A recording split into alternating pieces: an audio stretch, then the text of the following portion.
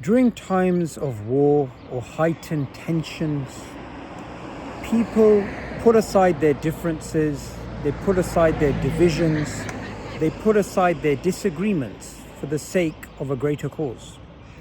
Likewise, here in Pakistan, there may be a lot of issues internally, but when it comes to the aggression of the state of India, which has for decades oppressed the people of Kashmir, oppressed its own population in Gujarat and in many other sectors, what we find united amongst the Muslims of this subcontinent, whether they are Bangladeshi or Pakistani or Afghani, or the Muslims of India itself, we will not be bullied or humiliated into submission.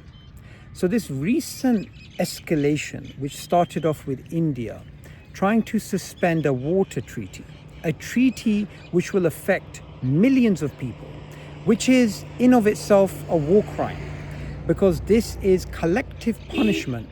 And what's the excuse this time? There was a terrorist attack in Kashmir. Now, this particular attack, there is no evidence that this was Muslims. There is no evidence that this was Pakistan. There is no evidence that this is linked to any of the Kashmiri groups. All that we know is that innocent people were killed and this should be condemned. However, to simply use this to try and collectively punish millions of people is a terrible strategy. It will simply rile up enemies. It will simply create a cause, an uproar for the Muslims of this region to stand up and say, no, we are the sons of Aurangzeb, we are the sons of Babur. We do not put up with this type of nonsense. And you will simply reignite in the Muslims of the Indian subcontinent this fever, this passion, this zeal, this energy, this drive, this imperative to stand up with the roaring call of La ilaha illallah and come to the defenses of our peoples. So my message to the Hindutva, my message to the RSS and these extremist Hindu right-wingers who are trying to whip up war, is to look at history.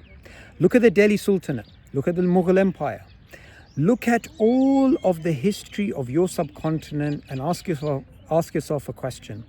Do you really want to be humiliated again? Do you really want to lose again? Do you really want another war? Nobody wants a war.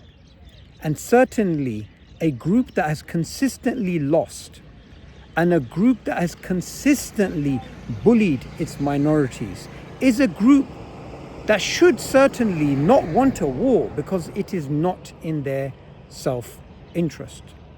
And we're also finding that the Hindutva in London and in other places are making a mockery of themselves.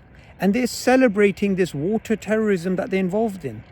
And this type of attitude not only unites their enemies, it also makes the world realize what a petty, trivial understanding they have of geopolitics, and how ridiculous they look in front of the world is something that cannot be undone by any form of diplomacy. As Muslims, we believe in the message of La ilaha illallah. There is none worthy of worship except the Almighty Allah. And we will never be humiliated because this is a religion that is there to prevail, not to be prevailed over.